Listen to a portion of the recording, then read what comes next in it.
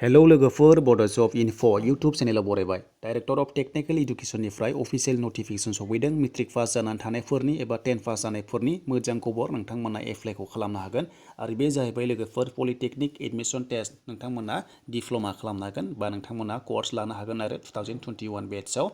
आरो बिनि एप्लाइआ स्टार्ट जागोन 20 मेआव आरो लास्ट डेटआ थाहैगोन 30 जुन दानिया नायनोसो फैदो नोंथांमोननि क्राइटेरिया बेसेबां थायोब्ला अनलाइन एप्लाइखौ खालामनो हागोन दा लोगोफोर नोंथांमोना जेब्ला फैगोन अफिसियेल पेजआव बेबायदि इन्टारफेस मोनगोन बेनिफ्राय नोंथांमोना नटिफिकेसन डाउनलड खालामनानै नायनो हागोन आरो एप्लाइआ बेहायनो जागोन आरो जेब्ला एप्लाइ जागोन माबोरै एप्लाइ खालामनांगौ आं नोंथांमोननि भिडिअ खालामगोन दा जों अफिसियेल नटिफिकेसन नायनोसै डाइरेक्ट आं डाउनलड खालामखानाय दङ बे जाबाय गभर्नमेन्ट अफ आसामनिफ्राय फैनाय डाइरेक्टरेट अफ टेक्निकेल इडुकेसननिफ्राय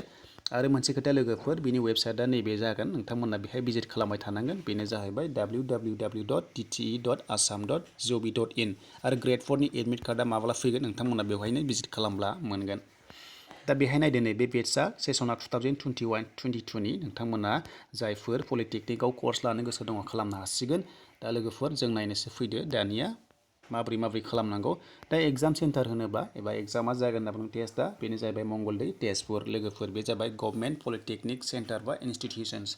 दा बेहाय एप्लाइ खालामनोबा नोंथांमोना 10 पास जाथारनांगोन HSLC पास खालामनाय जानांगोन बिनिफ्राय नोंथांमोननि साबजेक्टआ मेथ्स आरो साइन्सआ कम्पालसरि थाथारनांगोन बिनिफ्राय जुदि ST बा नोंथांमोना मोननैबो साबजेक्टआव 33% एबा नाम्बार मोननाय जाथारनांगोन होनबासो एप्लाइखौ खालामनांगोन दा बिनिफ्राय बैसोखौ नायोबा जोङो ST खौ नायोबा बेहाय नुनो मोनदों नोंथांमोननि बैसोआ 23 इयार्स 6 मान्थ्सनि बाराब्ला नोंथांमोना खालामनो हानाय नङा माने 23 इयार्स 6 मान्थ्ससिमल' एप्लाइखौ खालामनो हागोन आरो 18 निफ्राय लानानै दा बेहाय नायदो नै अनलाइन एप्लाइ माब्ला स्टार्ट जागोन होनोबा बेनो जाबाय 20 मेनिफ्राय आरो लास्ट डेटआ 30 जुनसिम आरो लिंकआ जाहैबाय नैबे वेबसाइटआ www.dte.assam.gov.in नोंथांमोना बेहाय खालामबानो जाबाय अनलाइनखौ नाथाय नोंथांमोना पेमेन्टखौ दाननांगोन बेहाय खुनु ST बिदि गैया दा नोंथांमोना जिखुनु जाया ST बाबो नोंथांमोना 500 पेमेन्ट खालामनांगोन बेखौ नोंथांमोना ATM-जोंबो दाननो हागोन बा अनलाइनबो नोंथांमोना दाननो हागोन दानिया बेहाय नायदो नै नोंथांमोननि एडमिट कार्डआ इसु जागोन नोंथांमोना डाउनलड खालामनो हागोन बेनो जाहैबाय 16 जुलाइनिफ्राय लानानै 20 जुलाइसिम नोंथांमोना एडमिट कार्ड डाउनलड खालामनो हागोन आरो नोंथांमोननि एडमिशन टेस्टआ जागोन 25 जुलाइआवनो जागोन थाबैनो जागोन नोंथांमोना जुदि इन्टारेस्टेड दङब्ला एप्लाइखौ खालामनो हागोन आरो बेहाय नायदो नै लोगोफोर नोंथांमोननि एग्जाम टाइमा जाबाय बेहाय नुनो मोनदों 25 जुलाइआव नालाय एग्जाम टाइमा जाबाय सानडेआव गोलैगोन बेनो जाबाय 10 AM निफ्राय लानानै 12 न'नसिम थाहैगोन एबा 2 आवार्स जागोन आरो साबजेक्टआ बेनोसै मेथ्स आरो साइन्स जागोन मार्क्सआ 100 थागोन दा बे जाबाय लोगोफोर माल्टिपल चइस कुइसन जागोन आरो OMR शीटआव जागोन बेनिफ्राय मोनसे खोथा नोंथांमोना साबमिट खालामनांगोन नै बेहाय नै लोगोफोर नोंथांमोना बेहाय नुनो मोनदों बे जाबाय नोंथांमोना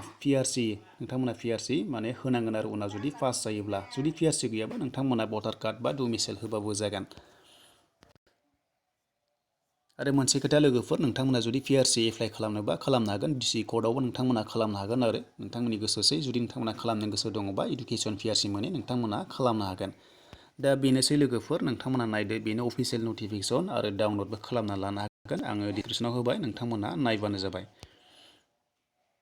बेनोसै लोगोफोर पलिटेक्निक एडमिशन नोंथांमोना जुदि लानो गोसो दङबा डिप्ल'मा खालामनो गोसो दंबा खालामनो हासिगोन 10 पास जानायफोरा बेहाय एप्लाइखौ खालामनो हागोन जुदि नोंथांमोना HS पास जादोंब्लाबो नोंथांमोना खालामनो हागोन नाथाय साबजेक्टआ 10 पासआव मेथ्स आरो साइन्सआ थाथारनांगोन आरो 33 नाम्बार नोंथांमोना मोननाय जाथारनांगोन